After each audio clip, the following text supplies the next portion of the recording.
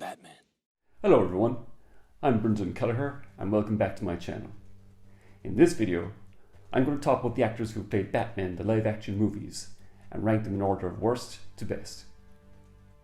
Now I'm not the first YouTuber to make a video about this, but this is my opinion only, and I'm going to discuss each actor and why they rank where they are on my list.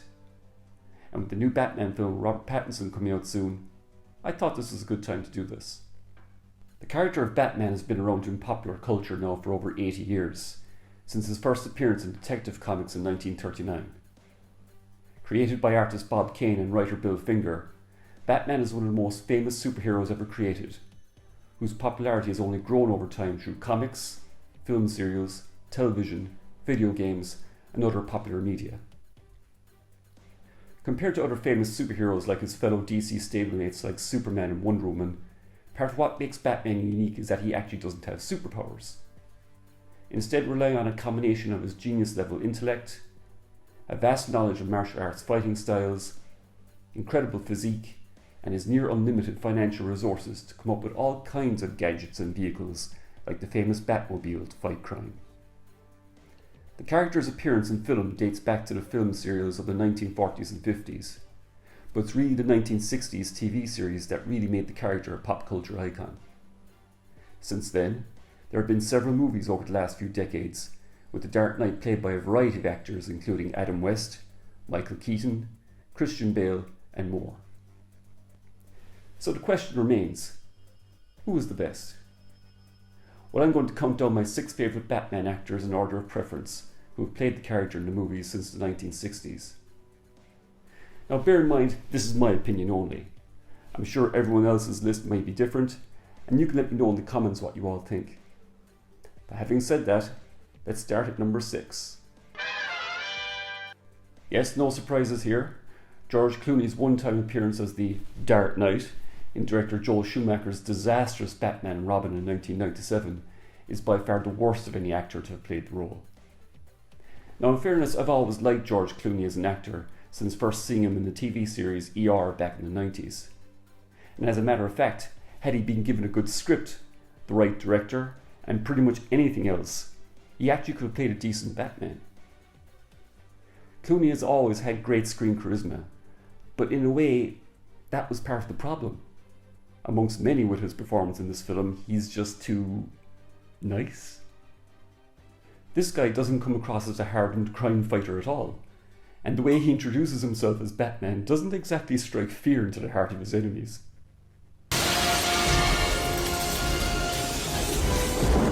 Hi, Freeze. I'm Batman. It's not all his fault, of course. Far from it, as the movie he's in is such a camp, over-the-top, day-glow horror cheese fest. The movie's director, the late Joel Schumacher, pretty much admitted in an interview years after the film's release that he was making a 2-hour toy commercial. And in fact, he actually apologised for the film. George Clooney very graciously accepted part of the blame for the film, his performance, and also apologised for Batman and Robin. I always apologize for Batman.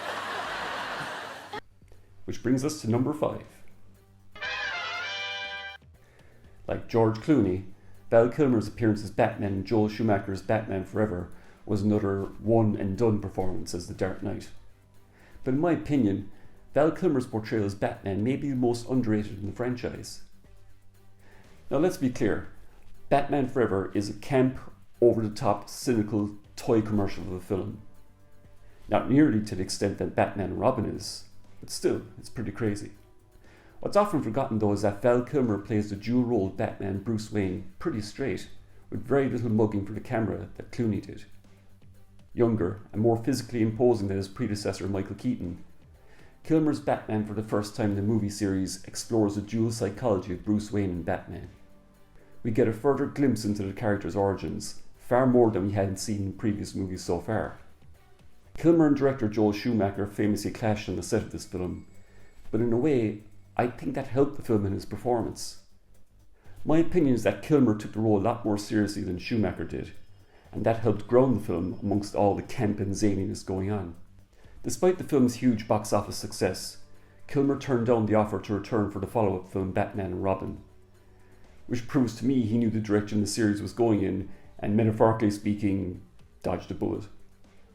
Joel Schumacher was definitely happy to see him go, famously saying not long after, "There are two things I will never do in my lifetime.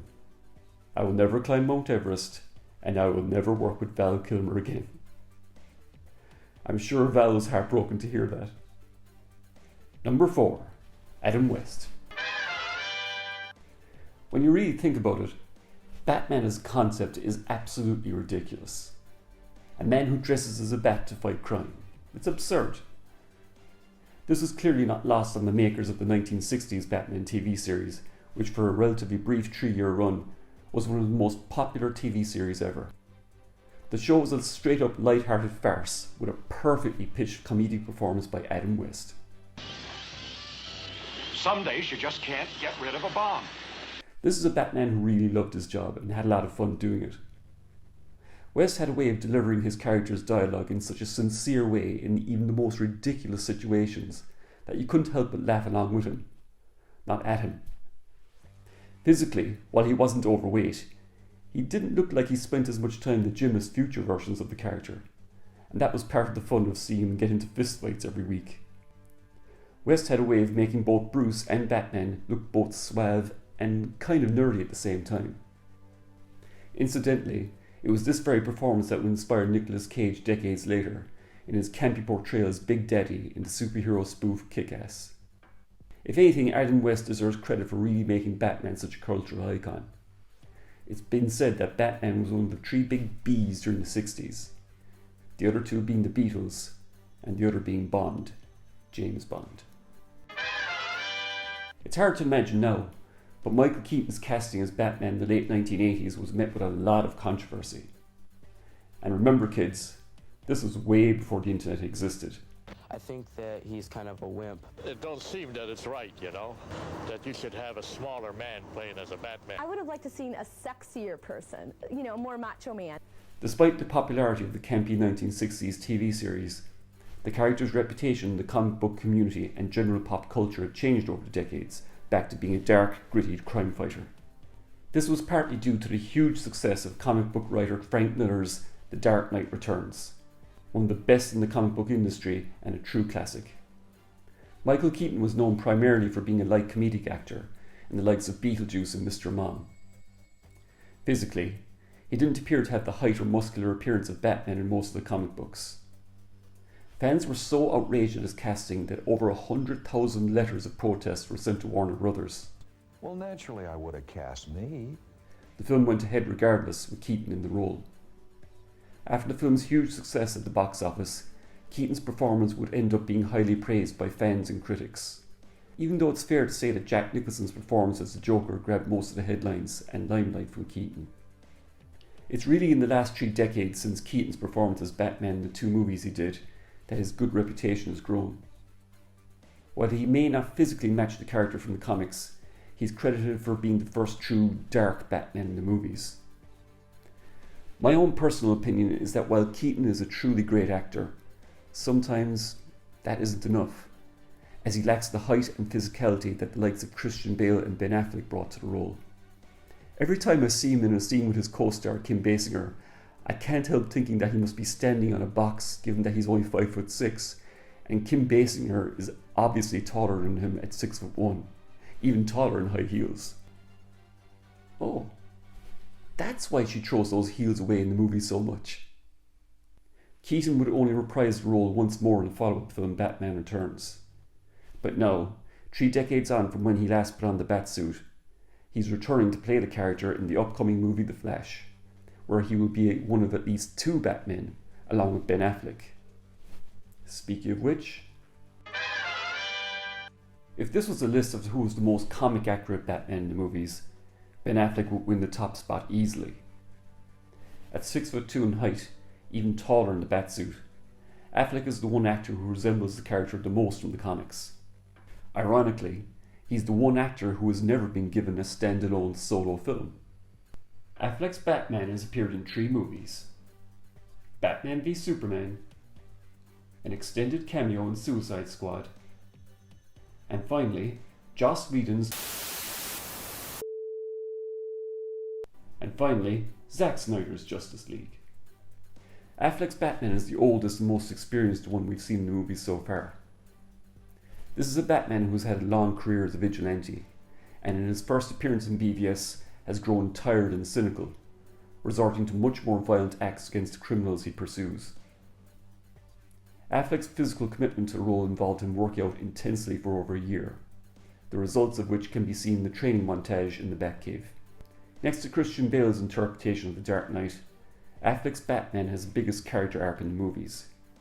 He goes from being a lonely, cynical, and near sociopathic vigilante in BVS to finding a new lease of life as co-leader of the Justice League along with Superman and Wonder Woman. This was yet another case of an actor being cast as Batman being met with widespread online outrage. However, despite the mixed critical reception to the movies he's appeared in, Affleck's performance as Batman has won over a great deal of fans and critics, with many calling him the best ever. The huge internet campaign to release Zack Snyder's director's cut of Justice League led to Affleck returning to shoot new scenes when it was first thought he had retired from the role. Like Michael Keaton, it appears that Affleck isn't quite done playing Batman yet, as he also is confirmed to be appearing in this year's The Flash movie, which is strongly rumoured to be his last appearance in the role. It's just a shame that we never got that solo Batman movie with Affleck. He really did deserve one, especially since it was teased so well at the end of Zack Snyder's Justice League, which would have featured Deathstroke as the villain. Which leads us to number 1. After the disaster of 1997's Batman and Robin, the franchise was essentially put on ice for several years. But when Christopher Nolan's Batman Begins was released in 2005, it was a glorious rebirth for the character which led to one of the greatest movie trilogies in superhero cinema. Christian Bale's casting as Batman was one of the rare occurrences in the movie franchise where it was met with almost universal fan enthusiasm. In the years before the film's release, Bale had been fan favourite casting due to his terrific performances in the likes of American Psycho and Machinist. Bale brought grounded realism to Batman in that he approached the role as 3 distinct characters: the tortured soul that is Bruce Wayne, the billionaire playboy that is Bruce Wayne who buys expensive cars and dates supermodels, and of course Batman himself, which Bale played almost like a monstrous creature, complete with an aggressive voice, which, yes, he does take a little bit too far sometimes. Where were the other drugs going? Someone knows where he is. Where's the trigger? Where is it? You never give it to an ordinary citizen. However, with Bruce Wayne being one of the most famous people in Gotham, it made sense to disguise his voice in such a way that he wouldn't be recognised. If only he had thought of using a voice modulator like Ben Affleck's version did, his throat would probably have been a lot better off health-wise. Bale also had the advantage that for the first time in a Batman movie, we got a movie that was really about Batman and his origin story. Other movies may have mentioned his backstory here and there, but the character was often sidelined in favour of showcasing the series' villains. In fact, it seemed nearly every one of the previous movies were origin stories for the villains themselves. In this movie, we see what drove Bruce Wayne to become Batman in great detail, to such an extent we don't actually see him suit up as the Dark Knight until an hour into the film. At this point in his career, Bale already had a reputation for the huge transformations he put his body through. His previous film, The Machinist, saw him lose a shocking amount of weight, to the point where he looked skeletal. Bale piled on the weight in a relatively short time to get fighting fit as Batman. The sheer high quality of the Dark Knight trilogy compared to other Batman movies is one of the factors that puts Bale at the top of this list, but it really can't be understated his contribution to making his Batman one for the ages. We see him fall in love, suffer tragic personal losses, achieve huge victories against iconic villains like the Joker and Bane, all anchored by Bale's intense physical and dramatic commitment to the role. For those reasons alone, that's what puts him at the top of my list, and he leaves behind a great legacy in the role that future interpretations will find very difficult to surpass. And now with Matt Reeves' The Batman soon to release, we have a new Dark Knight in Robert Pattinson. It remains to be seen what his interpretation is going to be like, but I'm looking forward to seeing what he and Reeves has in store when the film opens in March. I'll be sure to review it on this channel when the time comes. And there you have it, that's my list of Batman actors in order of worst to best. But here's where I ask you all, What do you all think? Do you think Michael Keaton should have been number 1? Do you think I was too hard on Clooney? Do you think Bale is overrated? Let me know in the comments and let's get a discussion going down there. I'd love to hear your thoughts and I'd love to discuss it with you all. Thanks very much for watching this video. If you enjoyed it, please hit the like button. It really does help my channel, and subscribe for future content. I have big plans for this channel in 2022 and I can't wait to share what I have in store with you. Most importantly, hope you all stay safe out there, and I'll see you all in the next video. Bye for now.